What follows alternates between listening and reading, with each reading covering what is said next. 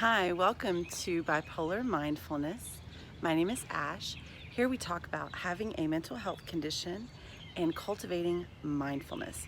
Right now, I'm actually really grateful for one thing that's happening.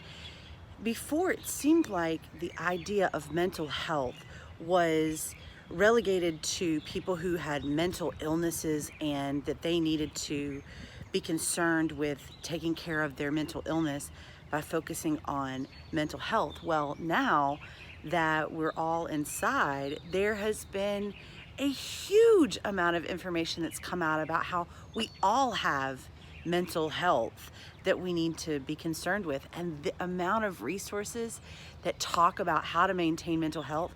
Not only has the general public begun to educate themselves, but we who have a mental health condition are getting to learn so much more.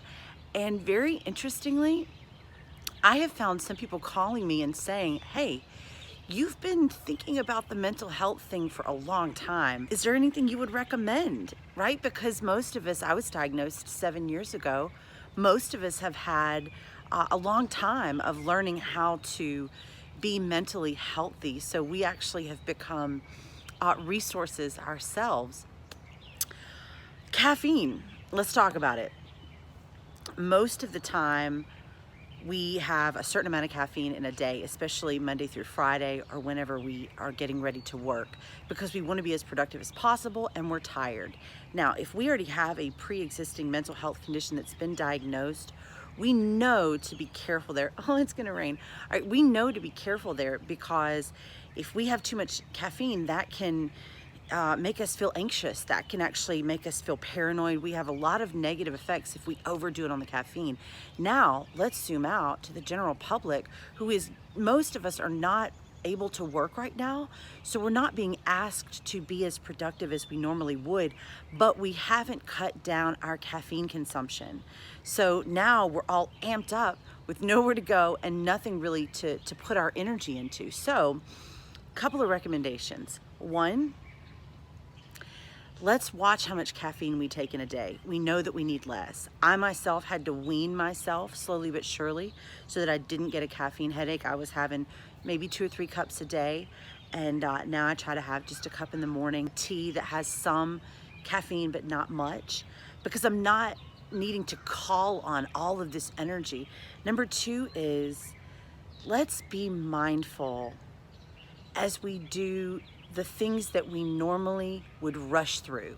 So just as an example, getting ready in the morning.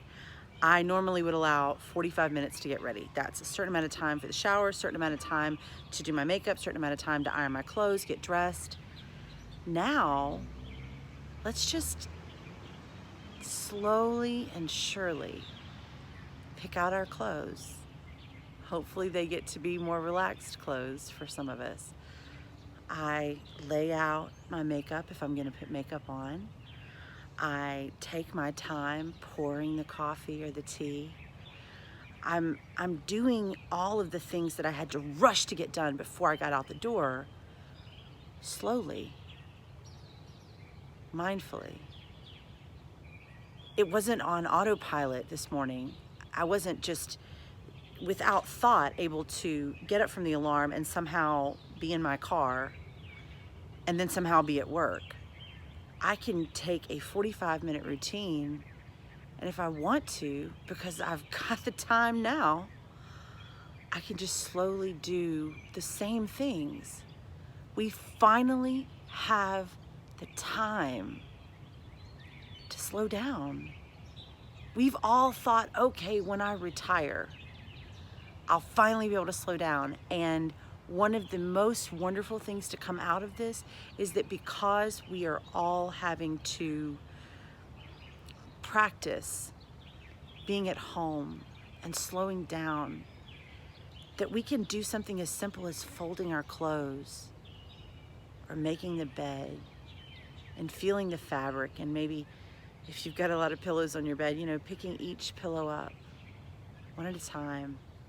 We're not in a rush anymore. We finally, way pre-retirement for most of us, get to enjoy a calm morning You take your time. You're not in a hurry to get out the door anymore. Being able to slow down and do things mindfully and take one step at a time and turn and talk to the children or my partner or make a phone call and not be in a hurry to get the call over, but hear the person's voice, really hear their voice on the other end of the line. That's a huge blessing that for all of the tremendous negativity, I'm really trying to keep myself mentally healthy, to look at equally tremendous positivity. And being able to slow down and be mindful is irreplaceable. And caffeine really works against that. Caffeine makes us want to go quick, think quick, speak quick. And we don't need that right now. Even if we're just trying to absorb information. So in the morning, I allow myself an hour of news, and then I allow myself an hour of watching a positive person speak, or being part of a group meditation online, or listening to something that balances it out. Because one of the struggles we have with mental health is creating that balance. So I've got the time. I want to be informed. And if I'm not going to run away with anxiety and panic, I've got the time to now balance that with something healthy, something positive, something calming.